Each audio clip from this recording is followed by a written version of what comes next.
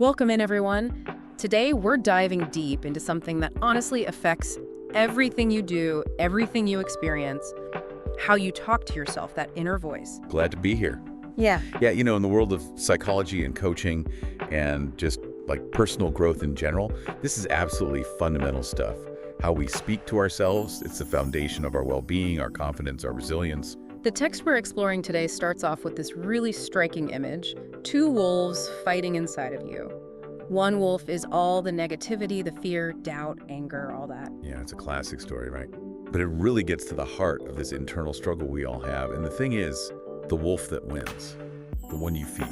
It's about where you direct your attention, your focus. Exactly. And this is where it gets super personal for everyone listening. Take a second. Think about when you're alone with your thoughts. What's that voice like? Is it a cheerleader?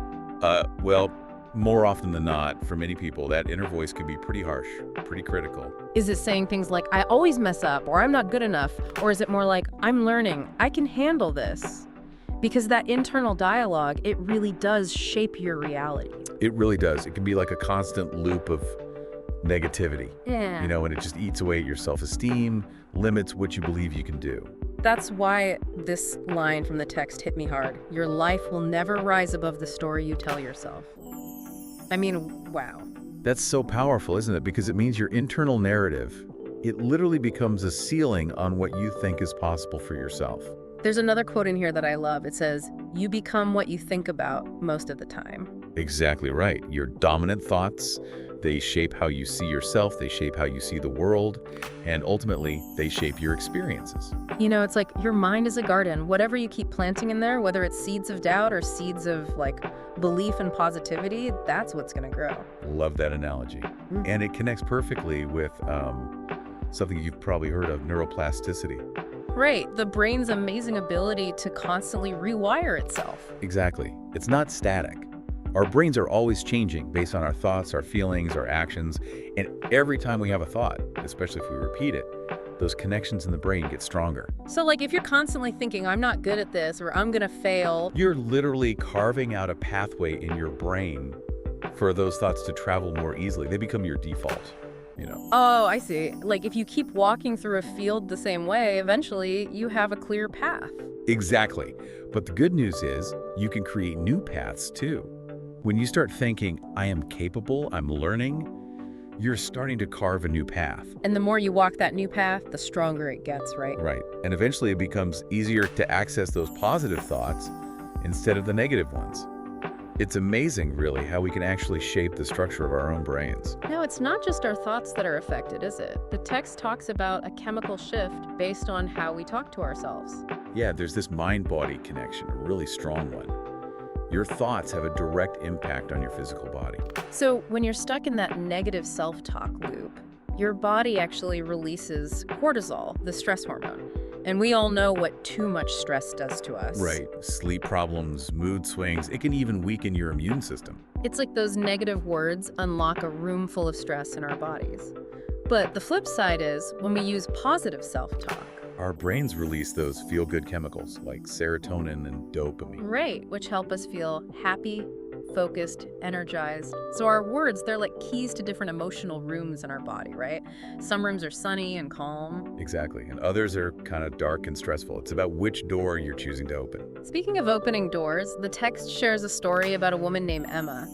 She was struggling in her career, convinced that she just wasn't leadership material. Yeah. Emma's story is one I've seen play out so many times. These limiting beliefs, they hold us back, So she decided to try this 30-day challenge of using positive affirmations. Every day, she would say things like, I lead with clarity and strength. My contributions are valuable. I work with a lot of people who are hesitant to try affirmations. It feels weird at first, right? Like you're faking it. Yeah, the text mentions that Emma felt a little awkward at first too, but she stuck with it. And over those 30 days, something amazing happened. What I often see is that awkwardness, it starts to fade. And as you keep repeating those positive statements, you actually start to believe them a little more each time. Right, and for Emma, that belief started to show up in her actions. She started raising her hand more in meetings, volunteering for projects. And guess what? The way people responded to her started to change too. Her boss started giving her more responsibility. Her colleagues started seeing her as a leader. So it wasn't just her inner world that changed, her outer world shifted too. Exactly. Yeah. And that's what's so powerful about this. It's not just about feeling good. It's about creating real, tangible changes in your life. Now, I bet some of you are thinking, okay, I've tried affirmations, didn't work for me, and the text actually addresses this head on. The thing is, most people give up way too soon. They try it for a few days, maybe a week, and they don't see instant results, so they quit. Right, it's like going to the gym once and expecting to have six-pack abs. Exactly. It's a practice. Like anything else, it takes time, consistency, effort. That's why the text emphasizes you got to make this a daily routine. It's like brushing your teeth. You don't expect to brush once and have perfect teeth for life, right? Right. And the same goes for positive self-talk. You got to make it a habit, a non-negotiable part of your day. And you don't have to start with these huge, grandiose affirmations. The text gives some great examples of smaller, more achievable ones, like I'm open to growth, I can handle challenges one step at a time. Yeah, starting small can be so much more effective because those smaller affirmations, they feel more believable, more attainable, so you're less likely to resist them. Right. Right. And it gives you this feeling of, okay, yeah, I can do this. And then from there, you can build up to bigger affirmations as your belief grows. Absolutely. And there are so many different ways to use affirmations too. You can say them out loud, write them down, even record them and listen back. The whole point is to make that inner voice your coach, not your critic. Exactly. You want that voice to be encouraging you, supporting you, not tearing you down. Now, there's another practice that I found really intriguing, the mirror moment. Oh yeah, it's a good one. This is where you take a few minutes each morning to look at yourself in the mirror, make eye contact, and say 3 kind things to yourself. This can be so powerful because for many people, looking at themselves with genuine self-compassion, it's really hard. You know, it can feel awkward, even bring up some difficult emotions. But that's actually a good sign, you know? It means you're touching on those deep-seated negative beliefs that need to be addressed. So instead of criticizing your appearance or focusing on your flaws, you're intentionally offering yourself kindness. Things like, I'm proud of you, you're doing your best, you are enough. And what happens over time is, as you consistently practice this, that inner critic starts to quiet down. And you begin to see yourself through a lens of love and acceptance. The text brings back that garden analogy here, you know, that your mind is a garden. It asks, what kind of garden do you want to cultivate? A beautiful, thriving one, full of life and color, or one that's choked by weeds and negativity.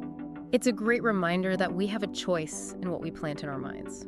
Our words are the water, our beliefs are the sunshine, and our choices, they're like weeding the garden. Exactly.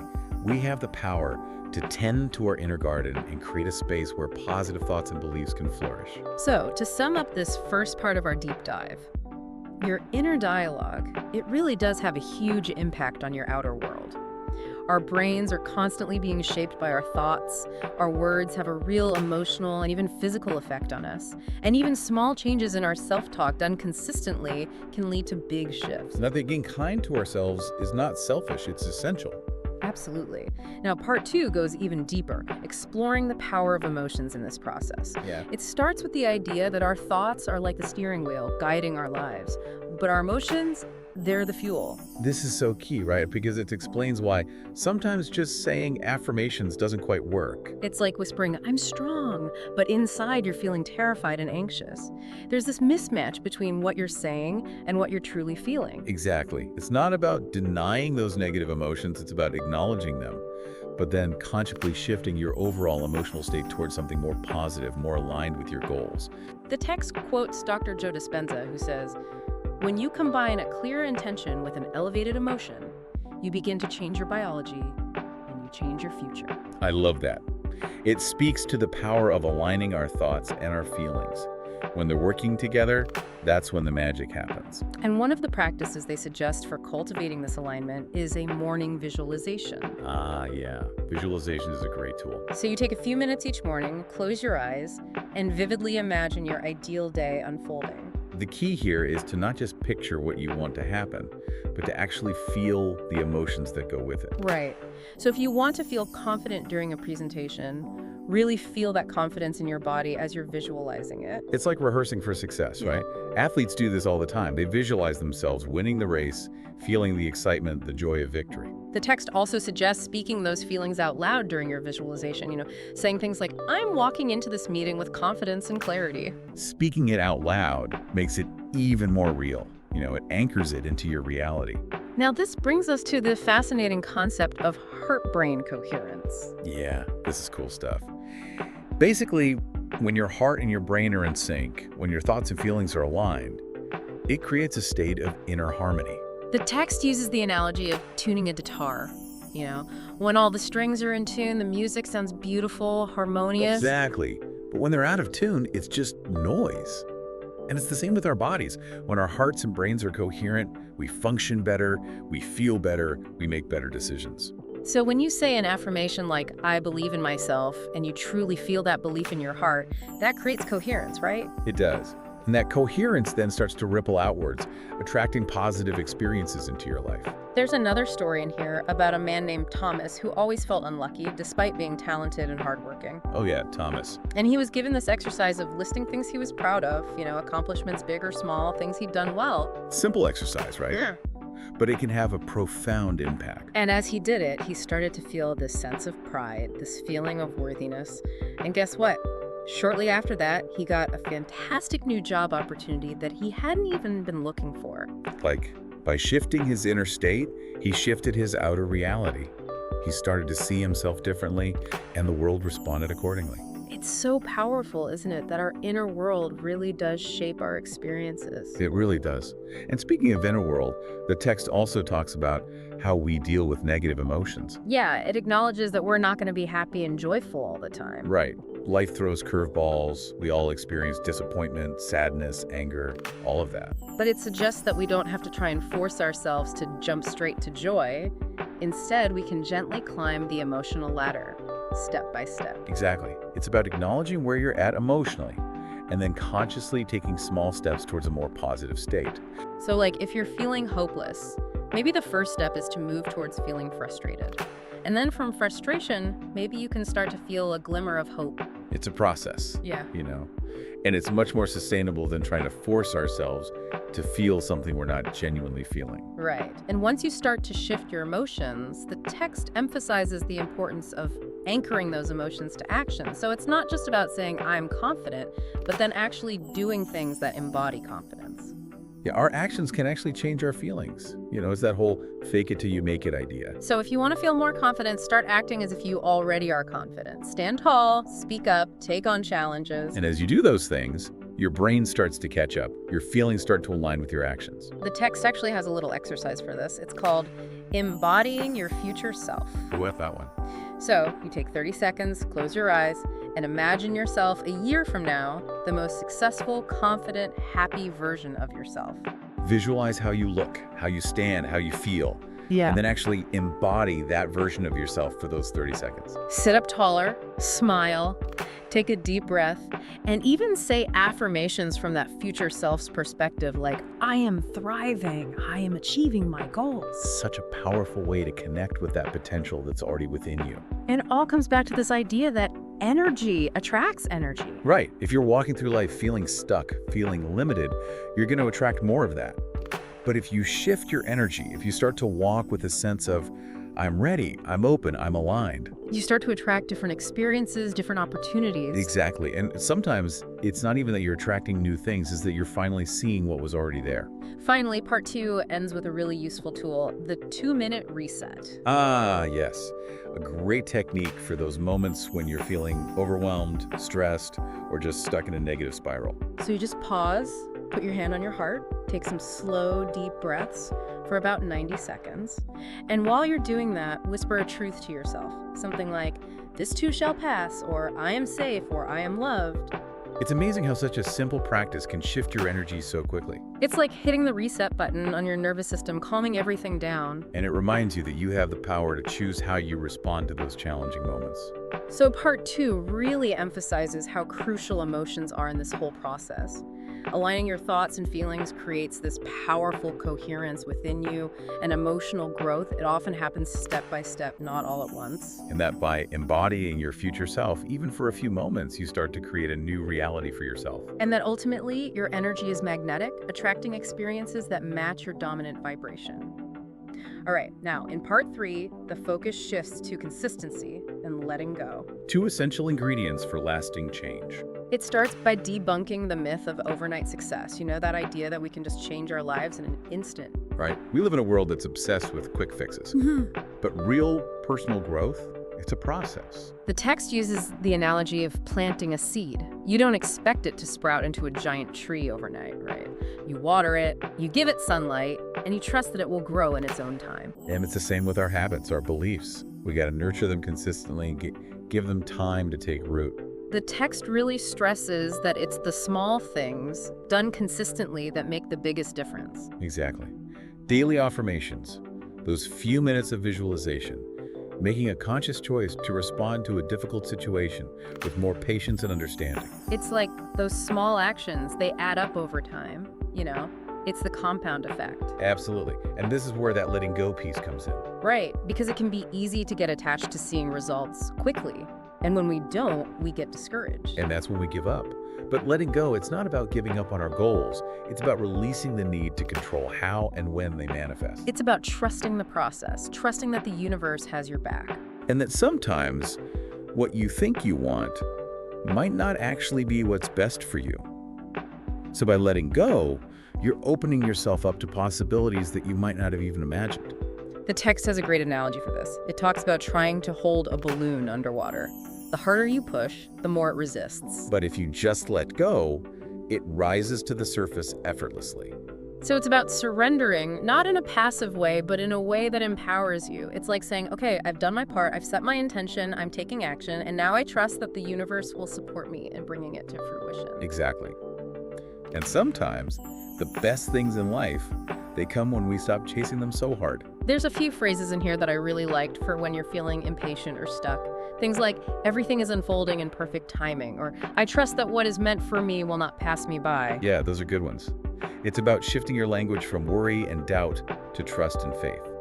The text makes a distinction between intentions and outcomes. Our intentions are our focus, our guiding energy. But our outcomes, those are the specific results we expect, and that's where we often get tripped up. Because we get so attached to that specific outcome, you Yeah. know? And when it doesn't happen exactly the way we envisioned, we feel like a failure. So the formula they suggest is set your intention, feel it deeply, take action aligned with that intention, and then let go of how and when it manifests. And just trust that it's on its way. Easier said than done, right? But so powerful when you can actually do it. It is.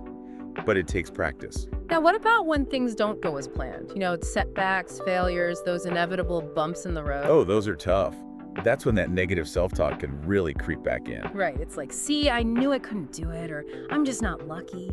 But the text emphasizes how important it is to use our inner voice in those moments to empower ourselves, not to defeat ourselves. Absolutely. So instead of, this is a disaster, you might say, okay, this is a redirection. What can I learn from this? How can I use this experience to grow? Reframing those setbacks as opportunities for growth, that's so key. It is. It's about choosing to see the lesson, the silver lining, instead of just wallowing in the disappointment. Finally, part 3 talks about the power of gratitude. Oh, gratitude. One of the most powerful tools we have. The text describes it as a fast track to manifestation. Because when you're grateful for what you already have, you're shifting your focus from lack to abundance. And that feeling of abundance then attracts more abundance into your life. It's like a self-fulfilling prophecy. Exactly. And it doesn't have to be big things, you know. It could be simple things like I'm grateful for my health, I'm grateful for my family, I'm grateful for this delicious cup of coffee. Right. Finding those little moments of gratitude throughout the day, they suggest a nightly ritual of reflecting on one thing you're proud of, one thing you're grateful for, and one thing you're looking forward to tomorrow. Such a great way to end the day on a positive note. And it keeps your heart open, keeps your energy aligned with abundance. So to wrap up part 3, consistency is key. Growth takes time. Letting go creates space for new possibilities. Surrender is a strength. And gratitude is a magnet for abundance. It all comes back to that process we've been talking about, right? Feel it, speak it, act on it, and then let it go. Beautifully said. And the text ends with this beautiful passage. Your words are the seeds, your emotions are the water, your actions are the sunlight, your trust is the soil. When all of those align, your garden grows. It's so poetic, isn't it? And it's true. We have everything we need within us. to create a beautiful, thriving life. And it continues with these powerful reminders. You are not broken. You are becoming. You are not behind. You are blooming. You are not here to chase. You're here to attract. You are not here to survive. You are here to create. You are not here to doubt. You are here to shine. Love that. It's such a great reminder that we're all works in progress, and we have the power to choose how we show up, how we speak to ourselves, and ultimately how we create our own reality. I love that. Thank you so much for joining me on this deep dive today. And to all of you listening, thank you for being here. As you go about your day, we'd love for you to consider this. What one small act of self-kindness can you offer yourself today? How can you start to cultivate your own inner garden? Until next time, be well, and remember, the most important conversation you'll ever have is the one you have with yourself.